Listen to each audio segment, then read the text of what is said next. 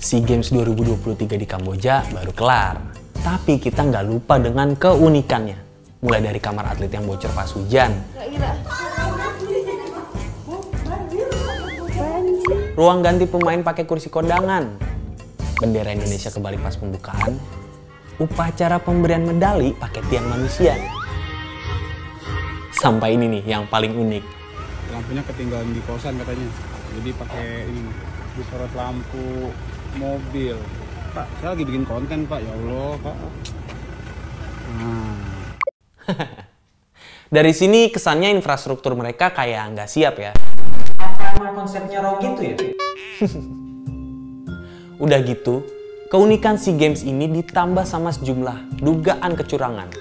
Sebenarnya kita perlu juga nih apresiasi Kamboja jadi tuan rumah SEA Games. Ibaratnya mereka anak baru kemarin sore. Tapi biar begitu, anggaran yang mereka keluarin cukup besar dibanding negara-negara lainnya. Dan warga Indonesia antusias banget loh sama SEA Games Kamboja ini. Ya ada juga sih yang antusiasnya bully. Ah, so tau loh. Mana datanya?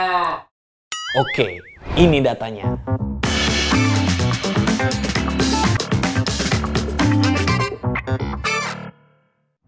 Sejak SEA Games ada dari tahun 1959, Kamboja baru pertama kali jadi tuan rumah. Jadi ya agak wajar juga sih kalau agak berantakan. Maklum, newbie. Tuan rumah SEA Games dong, Bang. Negara yang paling sering ngejamu di acara olahraga se-ASEAN ini adalah Thailand dan Malaysia, yaitu 6 kali. Terus disusul sama Indonesia, Filipina, sama Singapura yang udah 4 kali. Nggak cuma itu, Kamboja juga baru bangkit dari konflik politik, sob.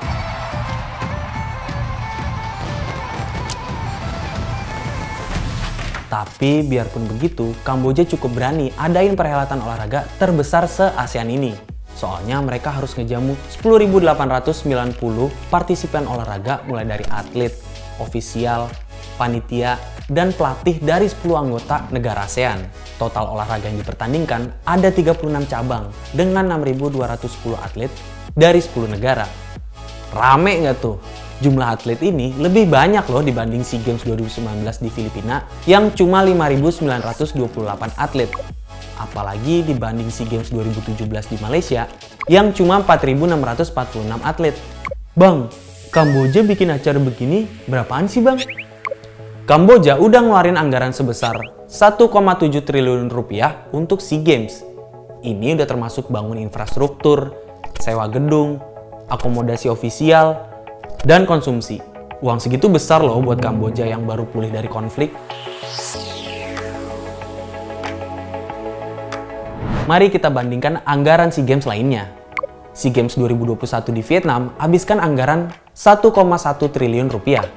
Filipina keluarin budget 1,3 triliun rupiah setelah drama pemotongan anggaran 20%. Malaysia sediain 1,4 triliun rupiah buat jadi tuan rumah. Nah, jadi sebenarnya si Kamboja ini udah lumayan jor-joran loh. Minimal dari anggarannya lah yang lumayan gede. Ya kalau mau hajatan emang lumayan menguras kantong lah. Berarti SEA Games Kamboja gagal dong, apalagi dananya gede. Emang harus kita akui kalau SEA Games Kamboja itu cukup banyak kontroversinya. Tapi nggak kali ini doang loh gelaran SEA Games kontroversial. SEA Games 2019 di Filipina misalnya, pernah disebut SEA Games kontroversial juga loh. Gimana nggak kontroversial? Atlet dari beberapa negara mendapat masalah terkait penundaan dan pengurangan transportasi dan akomodasi. Alhasil, banyak atlet yang terdampar karena nggak dapat kendaraan. Padahal mereka harus latihan buat persiapan pertandingan. Soal infrastruktur juga dinilai kontroversial. Ngomong-ngomong soal kursi hajatan di SEA Games, ternyata Kamboja bukan pionir loh. Filipina udah ngelakuin itu pas SEA Games 2019. Waktu itu, sebuah ruangan yang disebut-sebut sebagai ruang konferensi pers buat cabang olahraga sepak bola viral di media sosial. Soalnya penampakannya kayak gini nih.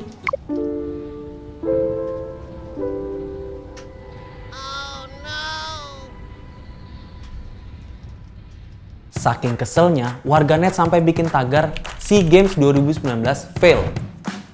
Nah, itu Filipina loh, yang udah pengalaman jadi tuan rumah 3 kali sebelum itu. Ada lagi nih, SEA Games yang pernah dicap kontroversial, yaitu SEA Games 2017 di Malaysia. Saat itu ada juga kasus bendera Indonesia yang terbalik, tepatnya di dalam buku souvenir yang diberikan buat tamu VIP. Nggak cuma itu, Jemputan buat kontingen negara tamu juga banyak yang telat. Misalnya, timnas sepak bola wanita Myanmar telat dijemput sampai tengah malam usai kalahkan timnas Malaysia 5-0. Timnas U22 Vietnam juga telat dijemput sampai mereka telat latihan. Bahkan timnas futsal Thailand harus sewa taksi sendiri karena nggak dijemput ke tempat pertandingan. Di reimburse nggak tuh ya? Nah, ini Malaysia loh yang sebelumnya udah 5 kali jadi tuan rumah. Jadi kalau mau dibandingin ya nggak bobrok-bobrok banget lah SEA Games Kamboja buat tuan rumah kemarin sore. Lagian warga Indonesia tetap antusias sama SEA Games Kamboja loh. Kurios punya datanya nih. Mereka survei 464 responden yang wakili beberapa daerah. Hasilnya, orang Indonesia merasa antusias adanya perhelatan olahraga 2 tahunan ini. Kata data Kurios, orang Indonesia paling menunggu-nunggu olahraga sepak bola dan bulu tangkis. Selain itu, voli, renang, basket, dan lainnya. Soal dukungan, warga optimis banget Indonesia bisa juarai SEA Games 2023. Ya, yang pesimis minor lah. Ya, intinya SEA Games ini emang event yang selalu dinantikan. Urusan error dan kesalahan masih bisa diperbaiki lah. Toh, Kamboja juga baru pertama kali jadi tuan rumah. Menurut kamu, Kamboja udah apik urus SEA Games 2023? Tulis pendapat kamu di kolom komentar ya.